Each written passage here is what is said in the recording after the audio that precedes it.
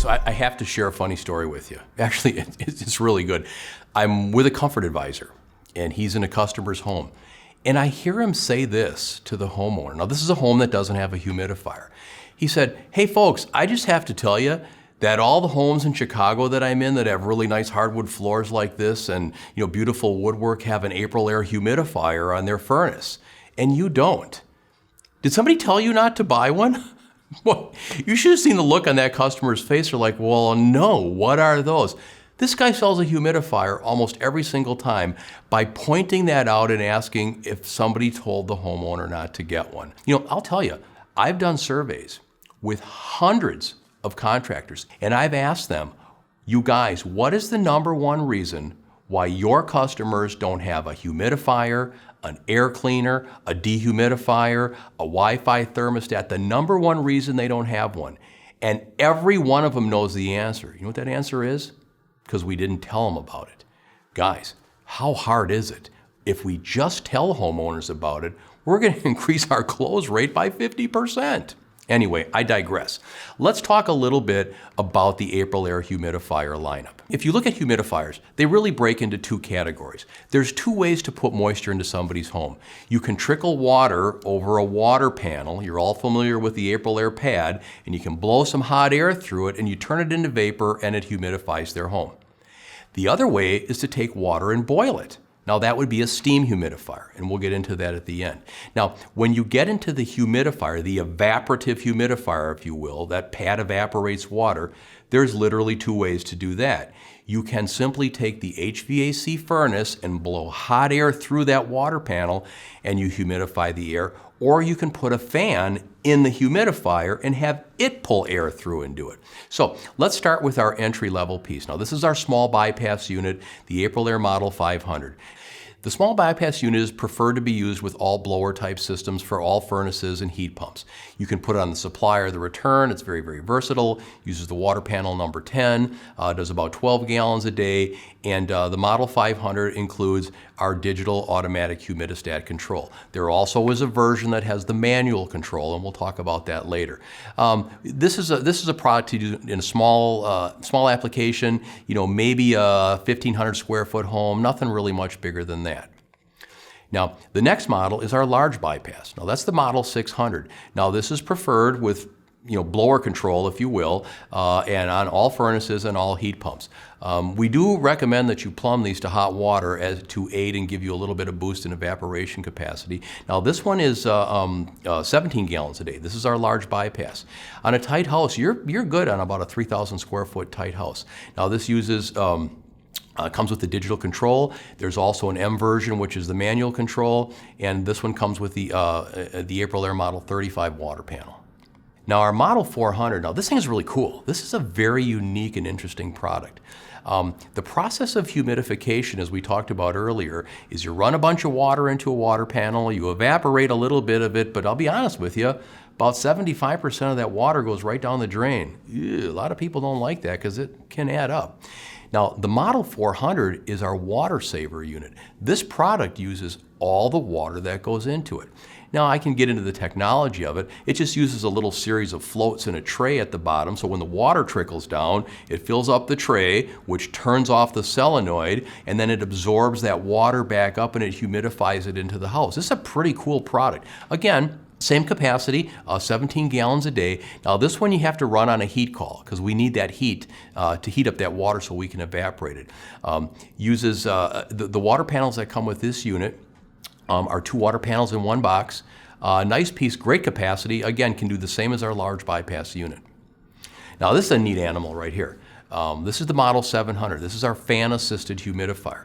One of the beautiful things about this is because it has its own fan, pulling air over that water panel, we don't really need the HVAC blower to run. Now that would assist, but the neat thing about a fan-powered unit is, think about this. We talked about humidity as water, heat, and air movement.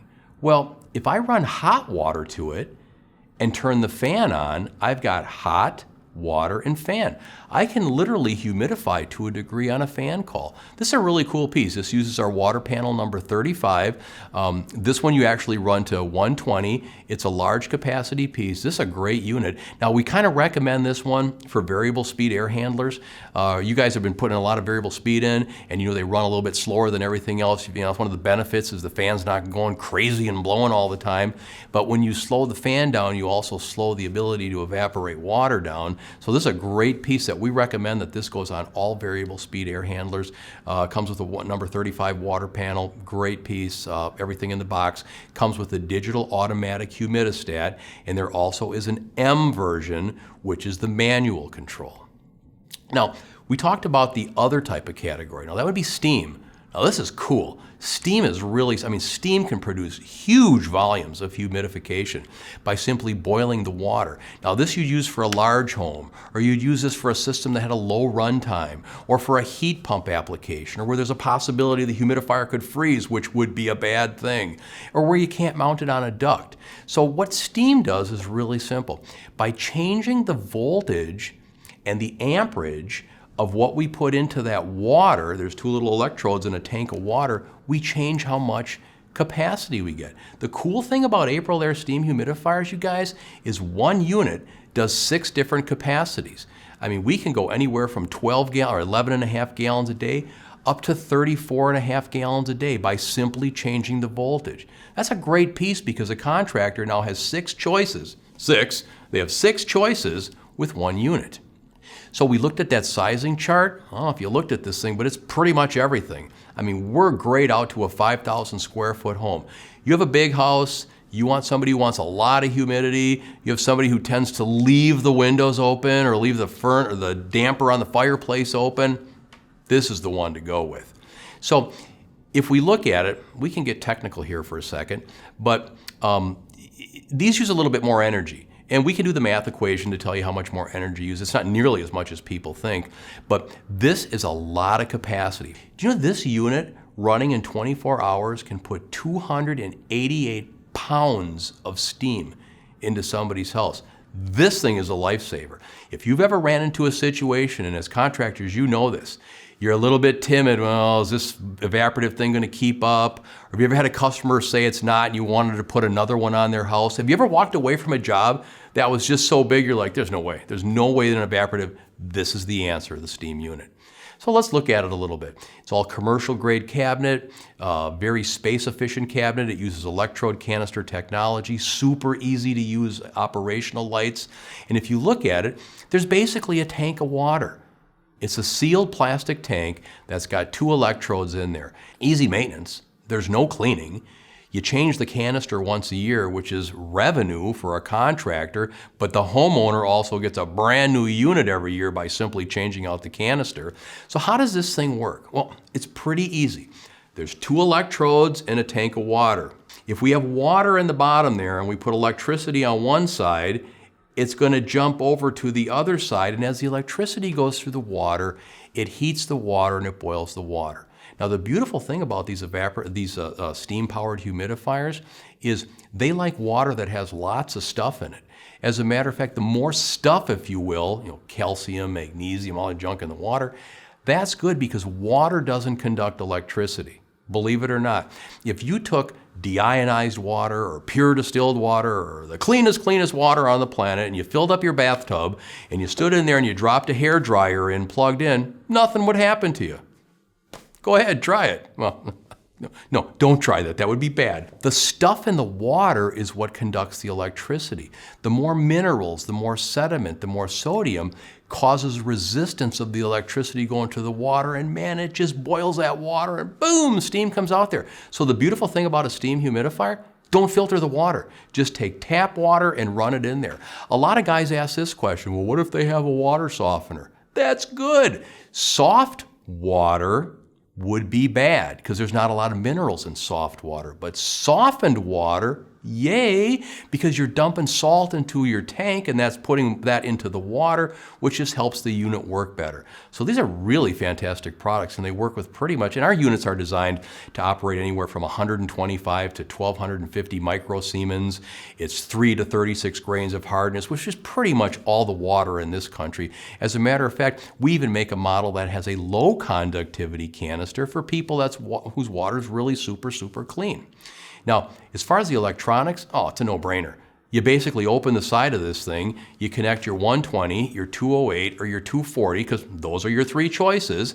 You just connect them to the pins inside, then you just move a jumper inside to say, hey, guess what, steam humidifier? I'm using 120, 208, or 240.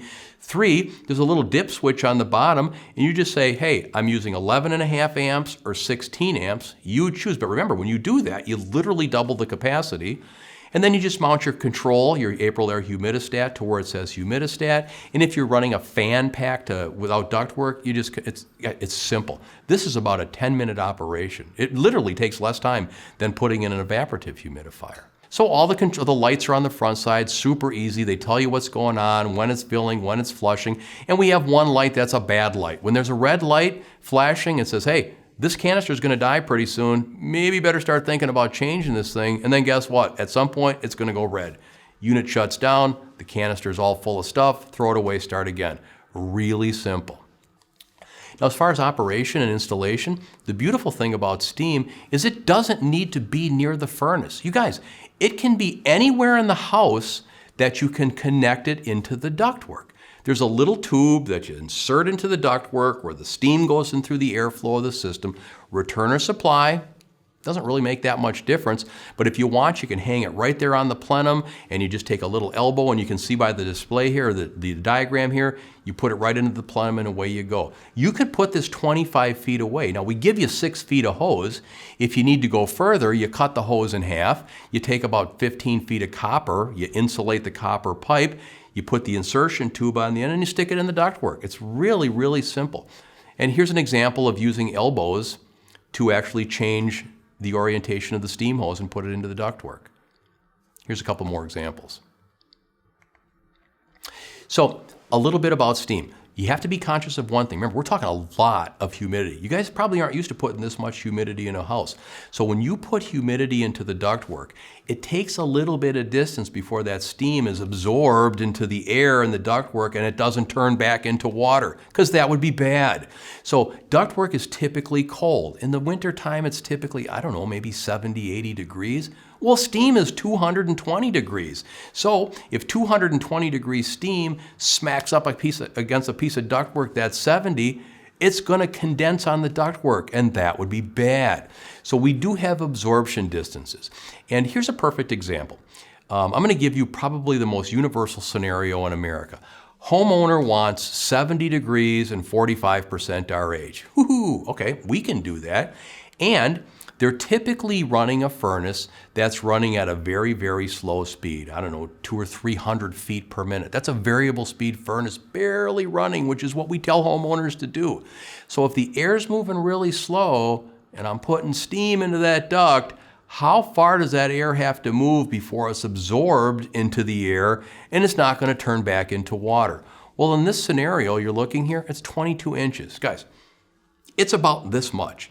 If you can't find this much ductwork in a home that doesn't have a takeoff or a run or an elbow or something, you're not doing your job right. There's always this much room. Remember, returner supply.